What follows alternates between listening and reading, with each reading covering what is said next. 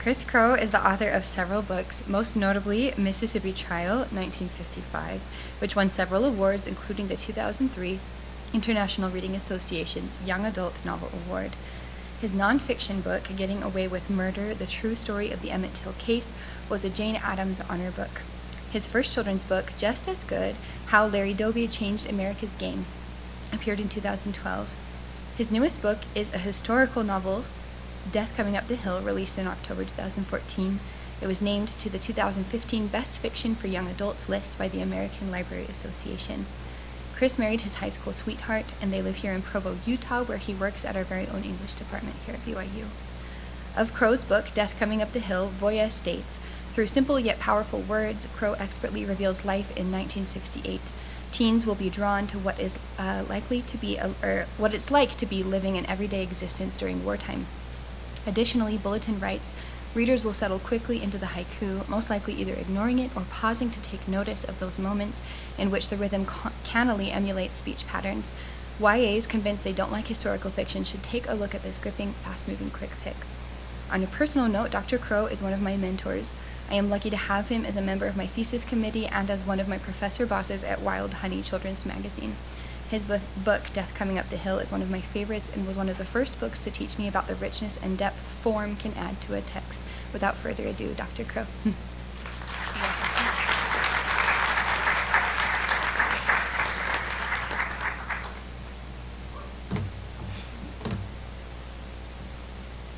I told Joe I've always been a retiring type, right? I've always been shy.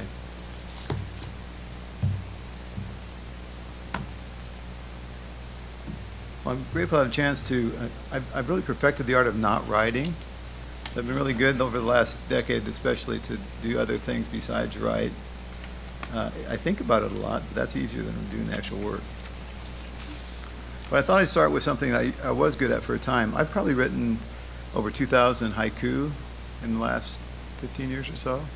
And a good number of them were kind of crossed over another genre of zombie literature, zombie haiku. And so a zombie haiku has to be the 575, the standard syllable count, but it has to have some kind of zombic quality. And so I'm going to be reading three of my favorites, and you can see how I've done. For me, it's almost like doodling with words. So having a small little space, I have to think about syllables and word choice. It's a good exercise for me, a good creative exercise with wordplay. So these first two are zombie haiku, where I tried to lay across a layer besides the zombic quality, but also a literary reference. So the first one: Thoreau a zombie? Who else would want to suck out the marrow of life? If you don't know Thoreau, you don't get the next one: Foggy night, London. Dickens stumbles. Zombies lurk. Great expectations.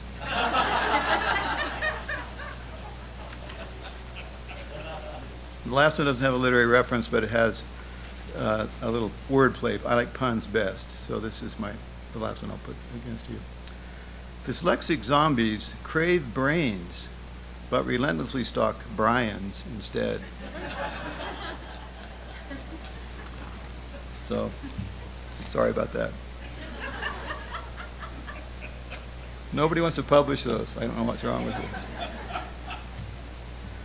So this first bit I'm going to share with you is something I've been working on really over 2 decades probably, just doing research and finding other ways to try to tell the story and not getting it right. But it's a historical account of a young boy named William Mariner, who in 1804 left England aboard a privateer and ended up in Tonga, where his ship was attacked. Almost everybody was massacred. The ship was burned. So here he is 10,000 miles from home, and he's stuck in Tonga. The king adopts him. He has a wonderful historical adventure. He's the person that the Tongans recognize as the one who introduced reading and writing to Tongan culture. When he got there, it was a Stone Age culture still. So it's a fascinating story. I've been able to make it really bad in lots of different ways. This version is my middle grade, so think about what you are. If you're middle grade, you're 10 or 11 or 12 years old. And I try to make it snarky middle grade nonfiction. The working title is English Pirate Tongan Prince.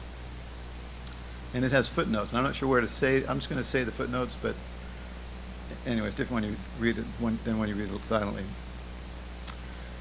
This is the time. If you were born in London in 1791, what's so special about 1791? Why not 1790 or 1800? Be patient, you'll learn why soon.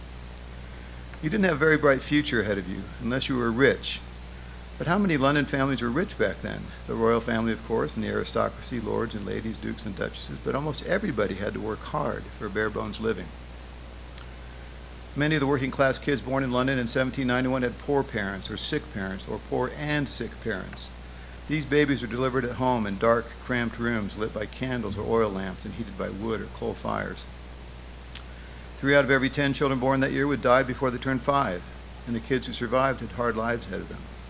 Some boys went to school for a few years, but 40% of all English boys and men never learned to read or write. It was worse for girls and women. 60% of all females couldn't even write their own names. Why? Because in 1791, many people believed that girls didn't need an education. They could work at home, in shops, or in factories until they were old enough to get married. After marriage, they'd keep working, but also take care of home and children. Poor boys worked too, at home, on the streets, in shops, or in factories. Some started as young as age 8, and they worked long hours, 6 days a week, often in dangerous conditions. The Industrial Revolution had just begun, and huge factories needed all kinds of workers to keep running. Kids filled a special need because they were cheap and because they were small enough to crawl in and around dangerous machinery to clear snags and jams. Sometimes kids died, or lost a finger or an arm, or ruined their lungs working in factories. All for about 4 shillings a week, which is about 20 cents in today's money. That was simply a fact of life, or a fact of death. Factories weren't the only things that could kill or injure a London kid in 1791. The few safety regulations that existed weren't consistently enforced, so accidents could happen almost anywhere at any time. And if an accident didn't injure or kill a child, disease might. Depending on the year, epidemics of cholera, smallpox, or the fevers sickened and killed thousands. Life was so hard that about half of all the people born in 1791 died before they were even 40. And sometimes they died because of medical treatment. Most physicians had little training, so if you were really sick, they might slice open your arm or leg and let you bleed. If that didn't fix you, they would prescribe mercury or some other substance as medicine. Dental hygiene was not a thing in 1791. Few families even had toothbrushes. Footnote 3. The handles of those toothbrushes were carved from a cow bone, and brushes were made with hair from wild pigs. And if they did have one, it was shared by everybody in the house. No surprise then that most people had rotten teeth and bad breath and agonizing toothaches.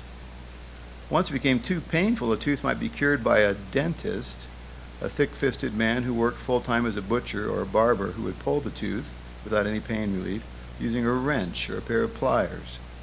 And if you had jagged or uneven teeth, and Jane Austen records this, he might file them down with a steel chisel. Doctors and dentists had one thing in common. They knew almost nothing about germs and infections, and they rarely washed their hands or their tools. Pretty sick, huh?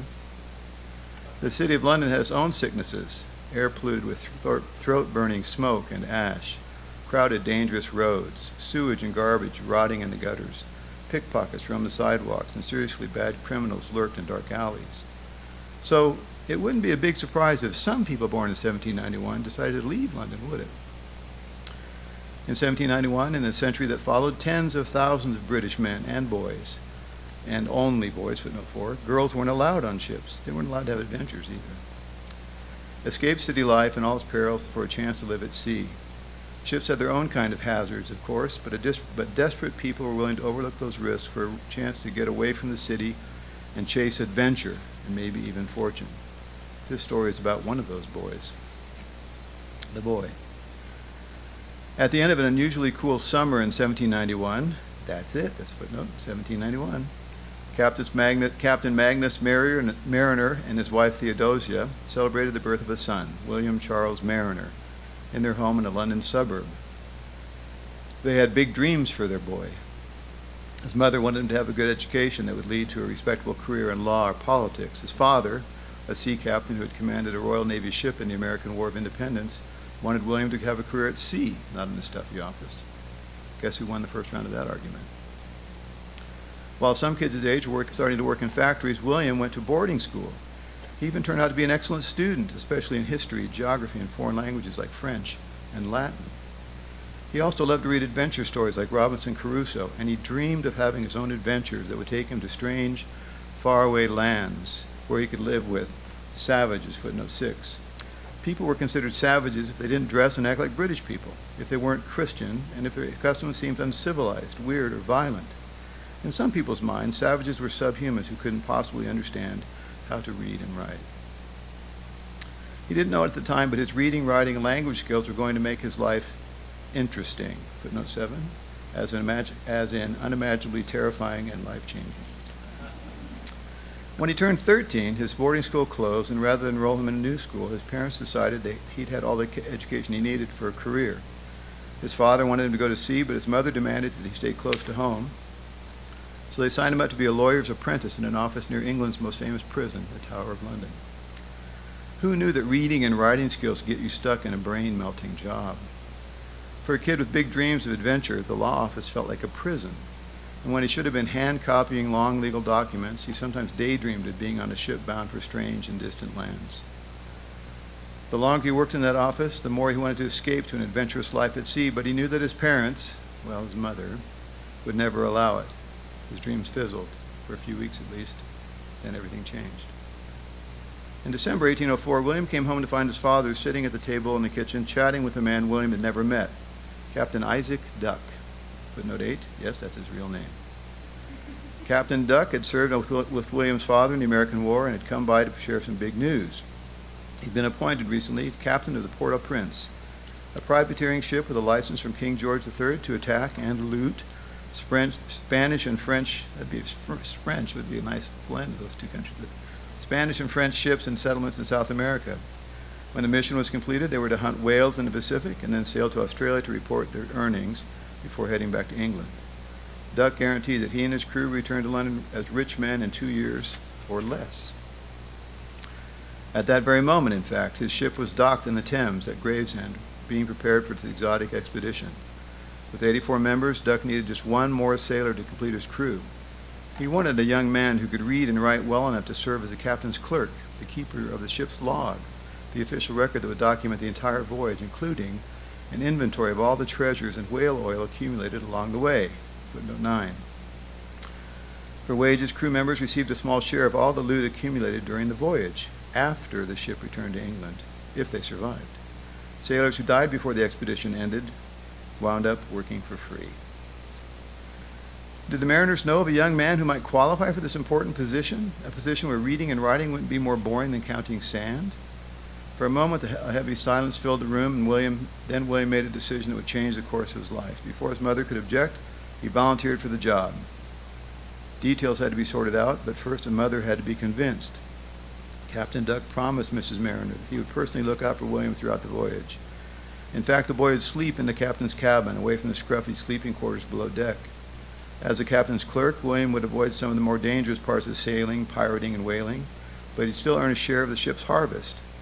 And the captain guaranteed that he would do everything possible to make sure William was home before he turned 16, and he'd be rich enough to start his own business or even go to university. Her husband and son eagerly awaited her answer. She said yes. Within days, William had packed his sea bag with clothes, a few favorite books, and a sheaf of paper and said his goodbyes, bittersweet goodbyes, because neither William nor his parents knew if they'd ever see each other again. Leaving his home in Highbury Place, he shouldered his bag and walked down to the Thames to catch a ferry to Gravesend, where he joined the Port-au-Prince a few days before it set sail.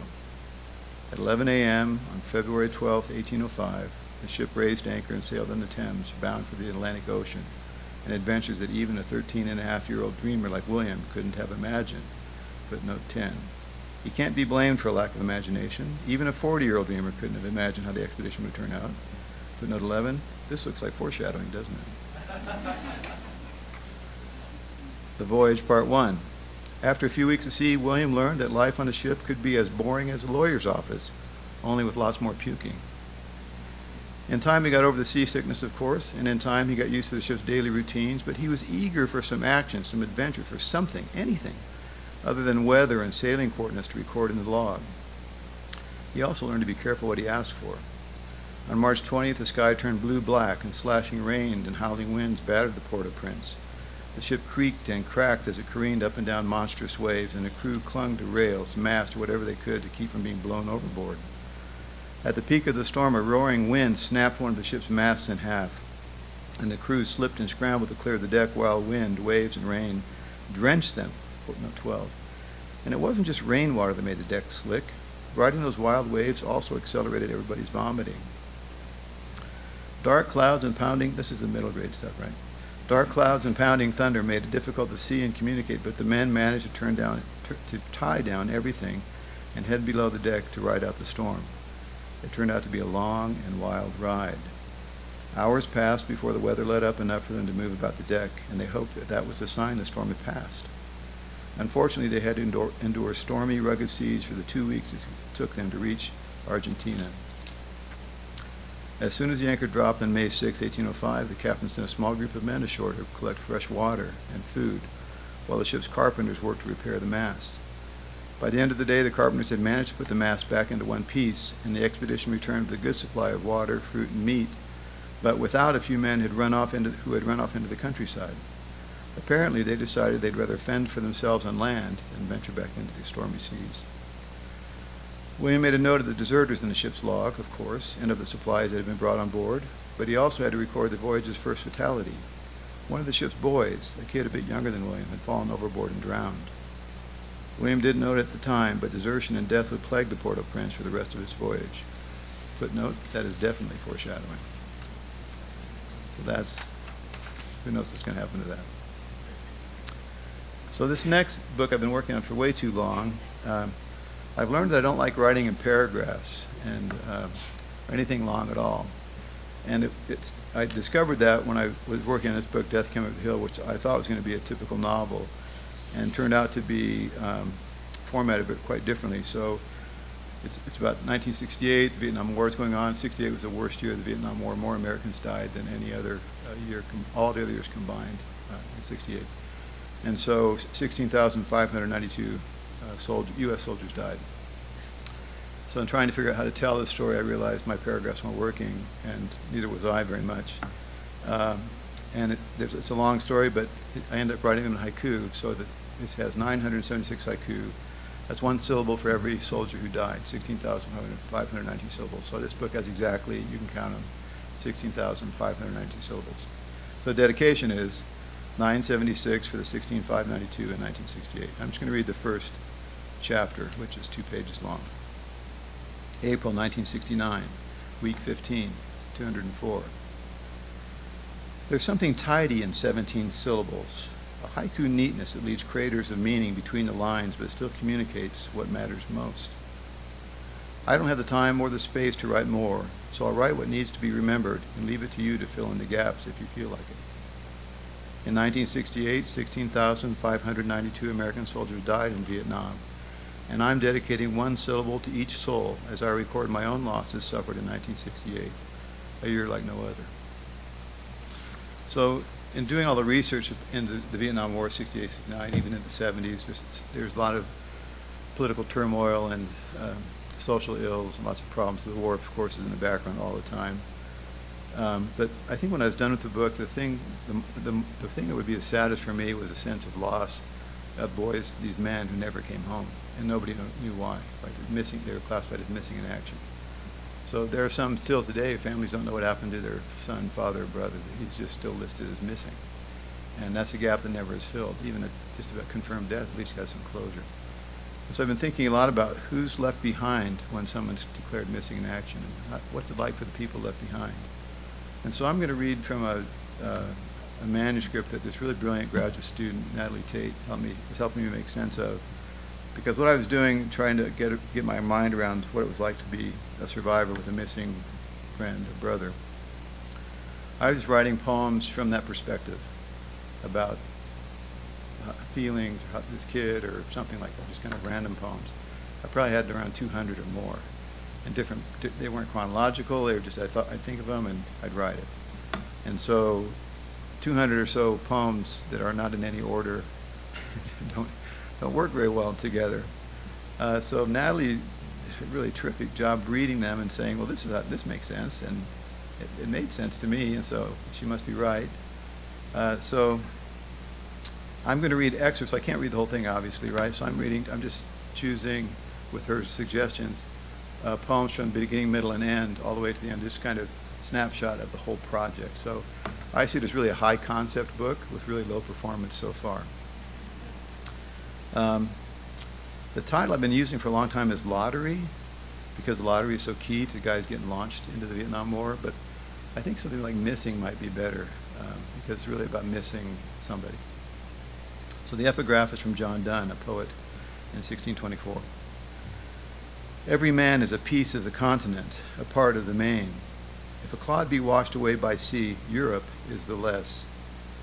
Any man's death diminishes me because I am involved in mankind. Grandpa Hutchinson, Tempe, Arizona, December 4th, 1930. Nights when quiet blanketed no man's land, sleep was possible, and dreams sometimes shoved nightmares aside. I dreamed of my boys, my future sons and their sons. In my dreams they ran and laughed and lived, and they hung on my neck, me, their loving father and grandfather. Those dreams brought hope to the grim wasteland of the trenches. Some mornings I woke with wet eyes and cheeks, not tears of grief, but tears of optimism, even joy that better days were ahead. Even before I knew them, I decided I must live for my boys.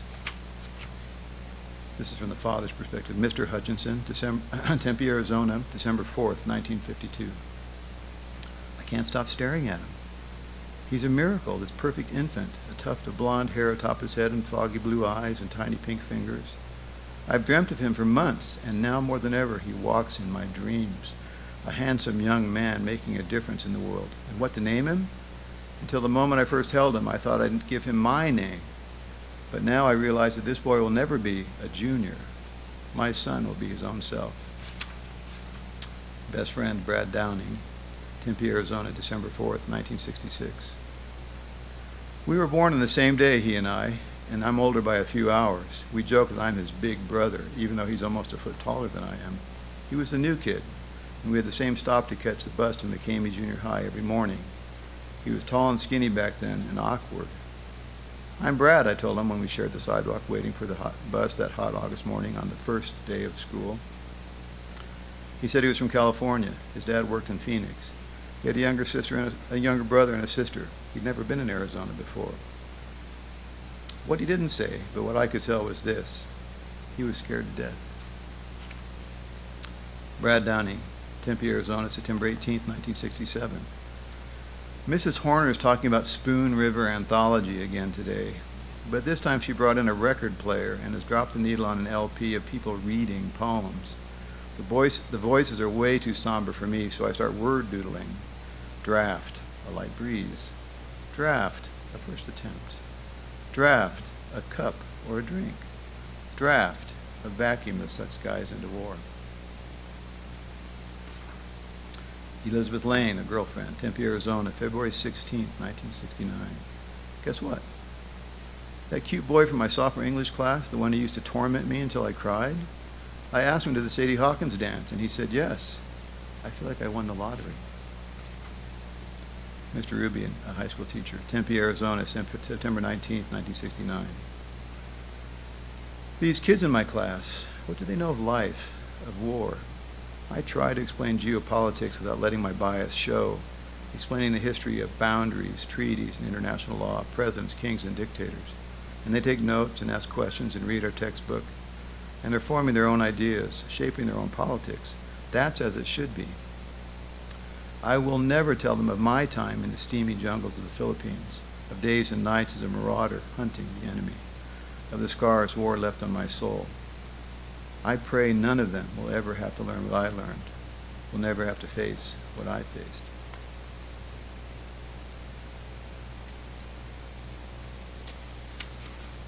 Elizabeth Lane, Tempe, Arizona, December 1st, 1969.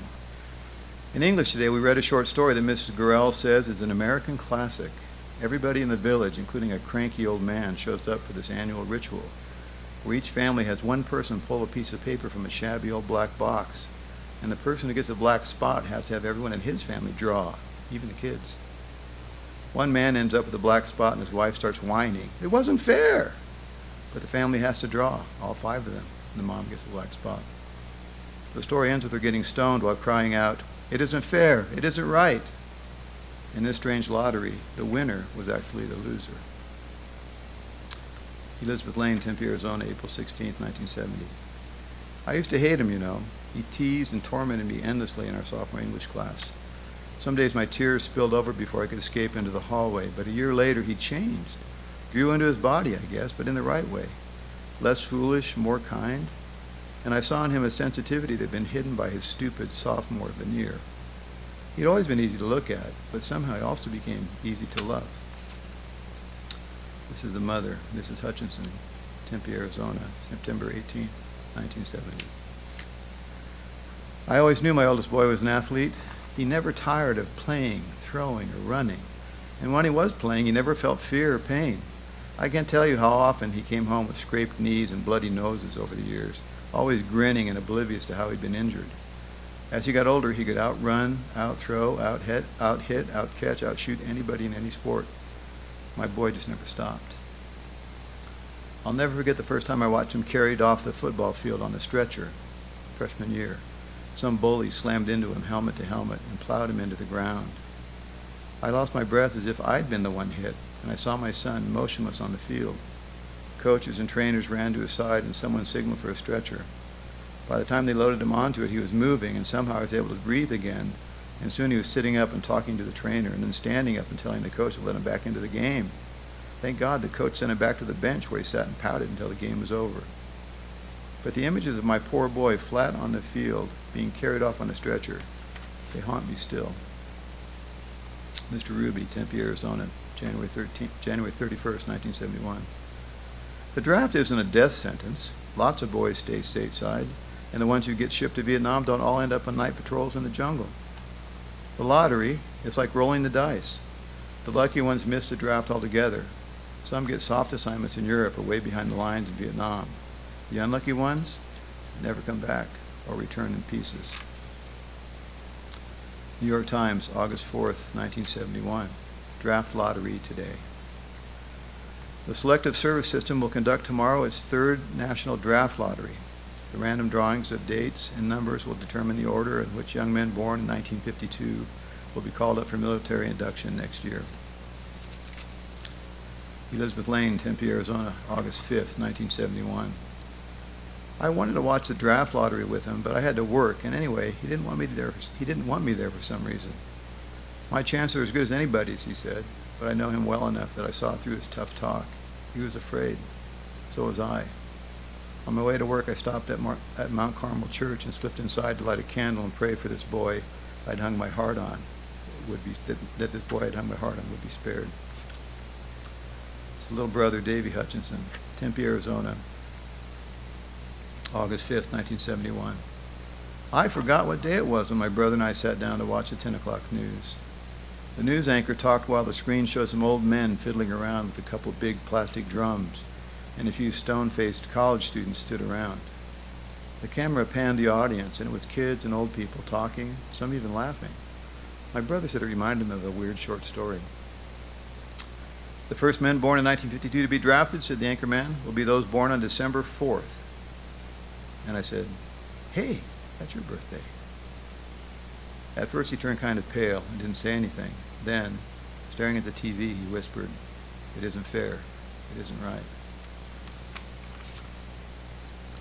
Private Zanini, Paris Island, North Carolina, May 3rd, 1972.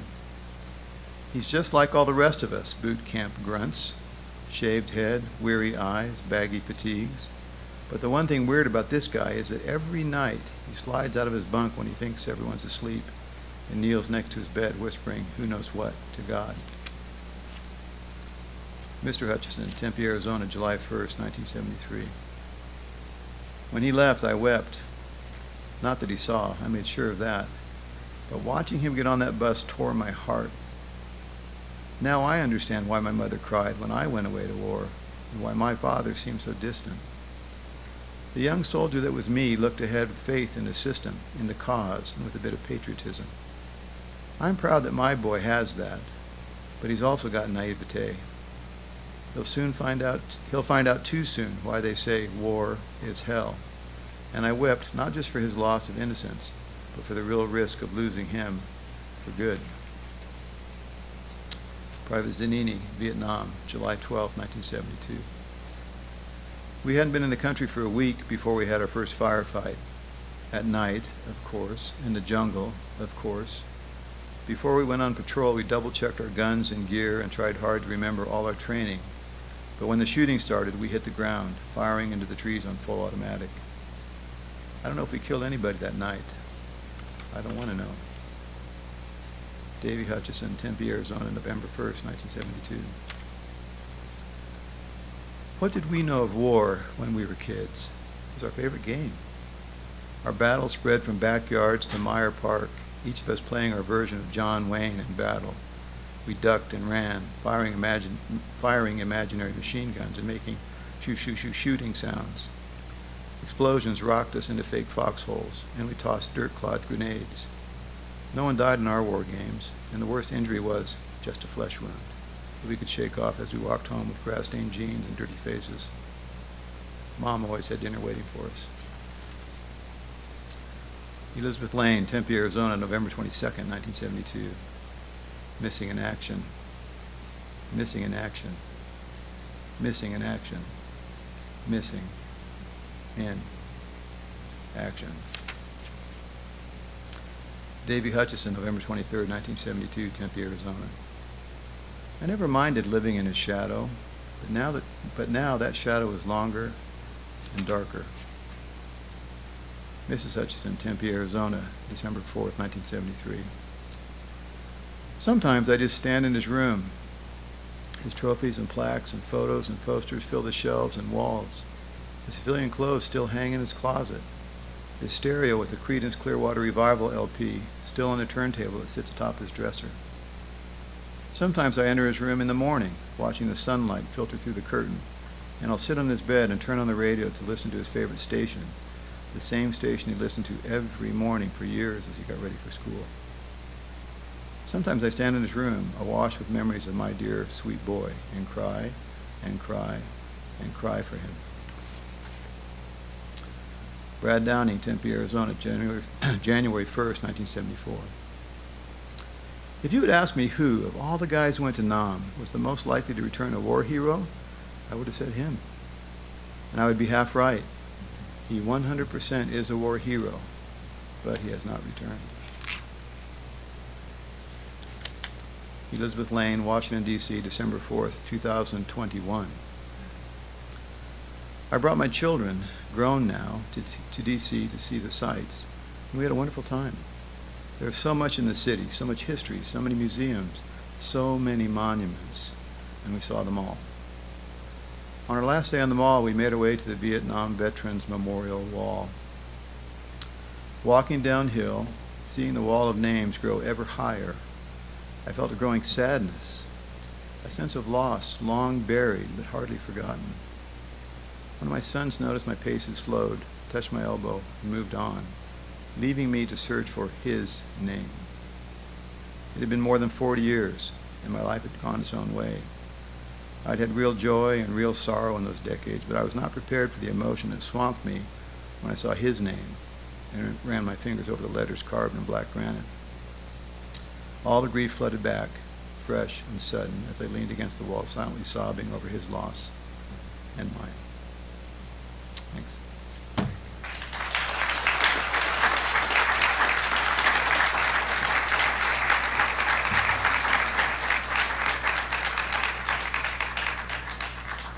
Any questions?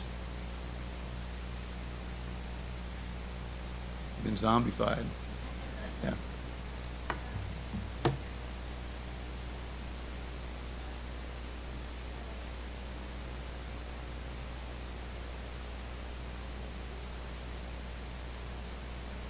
So what was the inspiration for that? Partly it was laziness. You know, the previous project I'd been in the 60s, right? Studying the 60s and thinking about what life was like and really trying to feel what life was like, not just the facts, but that's why the death count and Death Came Up the Hill, every chapter starts with the count. The death count's reported weekly. And so there's a number, how many guys died that week. And it's something that I think even today when we hear of somebody dying in Afghanistan, Iraq, or in Israel, it's kind of like, it's too bad. But that's somebody's kid, somebody's son or brother. It's real. And so thinking about the real pain that went along with war, a war that we shouldn't have been fighting in the first place, it went way too long, just made me want to do something more with it, and especially the missing part. There's reading the heartbreaking stories of families that have been waiting for their fathers or sons or somebody to come back, or just have information that they found the body. It's really crushing to think about that. So I was trying to figure out how to show that. So in this, my plan is with this manuscript to never say his name. We know his last name's Hutchinson. Never have him speak except someone's saying what he said. But he's totally gone, right? He's missing an action. And the action that remains are the people who are left behind trying to fill that hole that they've lost. Thanks. Yeah.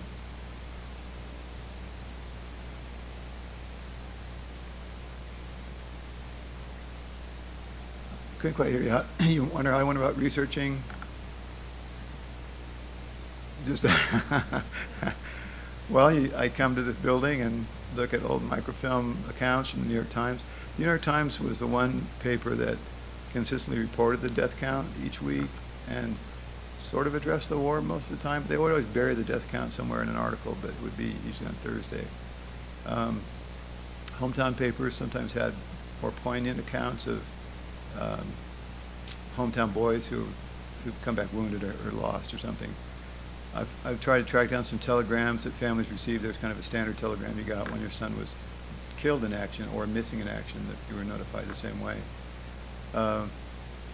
It's been interesting to listen to the music. I was in high school in the late 60s. I finished in the 70s, but music was a big part of that. And the protest wasn't just the stuff on campus. There was this kind of quiet protesting in pop culture, in music, films. A lot of people didn't like the war, and it wasn't that they didn't like their country; it's that they didn't like the war. So I just tried to absorb as much as I could from the '60s, especially in this book, '60s and '70s, of the mood, of the time, of the events, that kind of stuff. And then the hard thing is not dumping it all in, right? Holding back and just dropping in key things. Like the one image that's really pointed to me, kind of a propagandist moment, is when they started the draft lottery. They cranked the bin.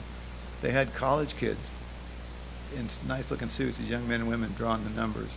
And it was like these kids were endorsing the draft, And of course they weren't, but they were. I don't know how they got stuck there, but they were stuck there, performing this ritual that they wanted nothing to do with. So there's moments of lots of hypocrisy, lots of pain. I just tried to read as much as I could. There's some fiction. There's some books about the '60s and '70s, and books about the Vietnam War. Great documentary about the Vietnam War. So I tried to watch and read as much as I could. Yeah, Joy. So it's been a little while since you were like a middle grade reader, but you inhabit that voice so well. I'm curious how you channel your inner 12 or 13-year-old, like, because you're not. My wife can tell you that I act like a 12 or 13-year-old lots of the times. It's a skill, I think, that you do it well.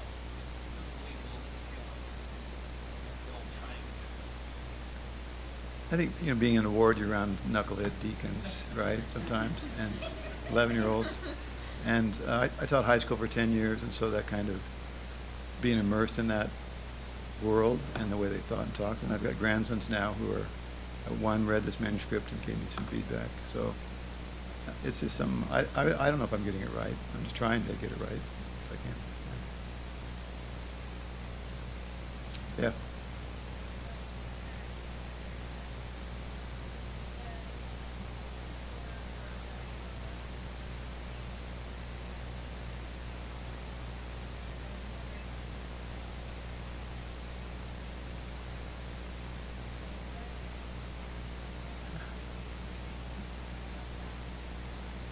When I was teaching in BYU Hawaii, my wife was taking some art classes. I went to the ceramic studio to pick her up, and she wasn't ready, of course. And there was this we had a Tongan faculty member who was working this huge statue, and it was a guy in island dress, big, heroic size, kind of standing like this, reaching down for something. And then there's a kid in Western clothing handing up a book to this native guy, and I thought, to the artist, I said, this is Christianity coming to the islands, right? It's the Bible coming from missionaries to the saints, or to the natives.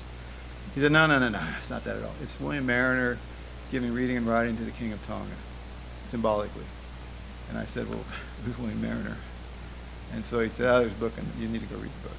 So he wrote, when he got back, he wrote an account of, it was the first dictionary of the Tongan language. It was an account of his time there, but it wasn't so much, he wasn't really telling his narrative. He was talking about the Tongan culture, the music and dance, the medicine, all the things that he observed in his time there. The Tongan, he was adopted by the king. So pulling his narrative out of there was weird because it's in all kinds of places. That's been the challenge. But it's just such a cool story of a 14-year-old boy like Joseph Smith, right, who literally changed the culture because he could read and write. So I thought it was a cool story to tell. Someday it'll be a cool story to tell. Yeah. How much of yourself would you say you put into So my wife's name is Elizabeth.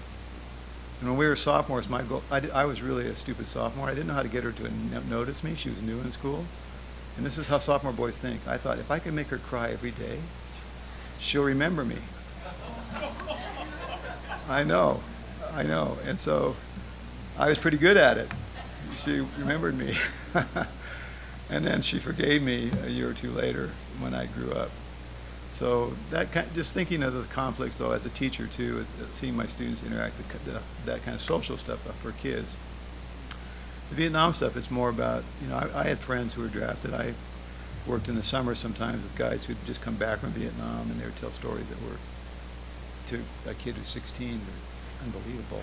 So just trying to pull all that together as much as I could in some kind of authentic voice. Yeah.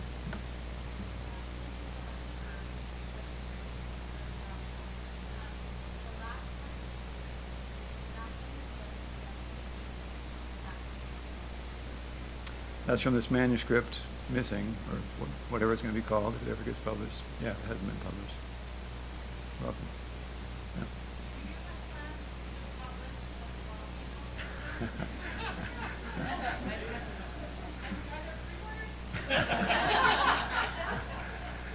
I have a collection of zombie haiku, a book of zombie haiku, but a longer narrative. I don't know.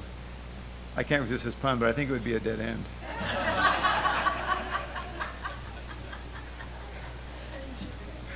Yeah, just.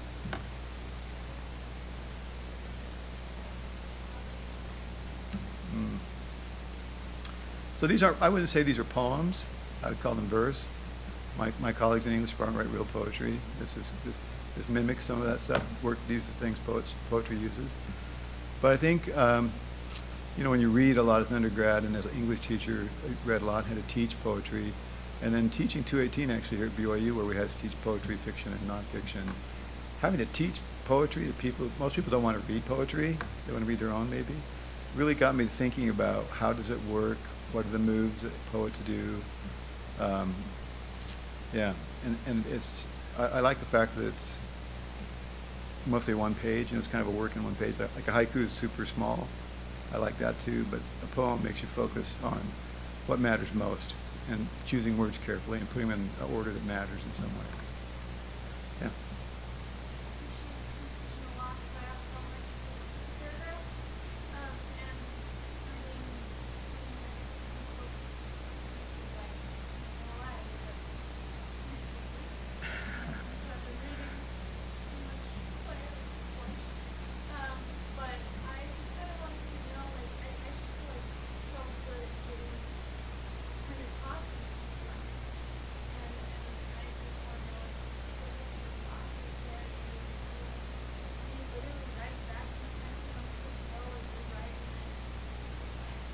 We started by writing and simplifying, right? I kind of had a sense of where the story's going and the characters were. And then, but by the last third of the book, I was pretty good at, I didn't have to use my fingers anymore to count 17. I knew, I could just see at a glance that these words are probably pretty close. The real hard thing with this project, when I was done, 16592 is the number. I had an editor who was just a killer in a good way. And there are sometimes like the word orange, how many syllables does that have?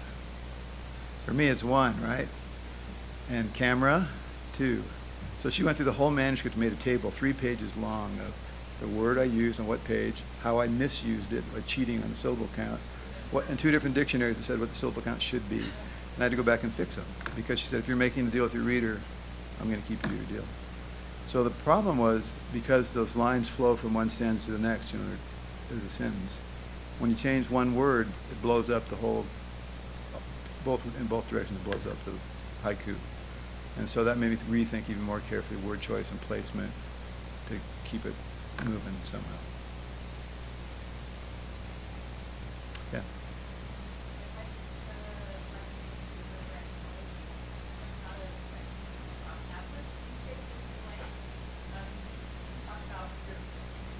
Yeah. I kind of, what I'm trying to do, it's kind of what Masters did in Spoon River Anthology, this voices of people from the graveyard. It has some kind of weird effect that it feels whole when you're done. It feels like a novel, even though it's random voices, sometimes talking about each other, but and really pretty good poetry too, I think. So I just saw it as a way of, like, a non-traditional way of telling a story, right? And I mean, obviously, you don't ever let the main character have a voice or presence. That's non-traditional too. But I thought Spoon River did that in a kind of a way that I'd like to continue to learn from. I remember hating it in high school. I mean, I don't think I ever read more than 3 pages of it, but later when I grew up, I read it again.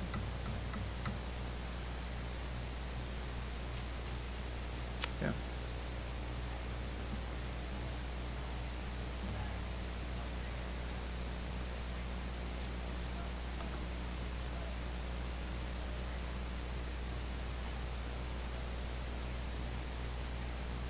Usually it's eating something.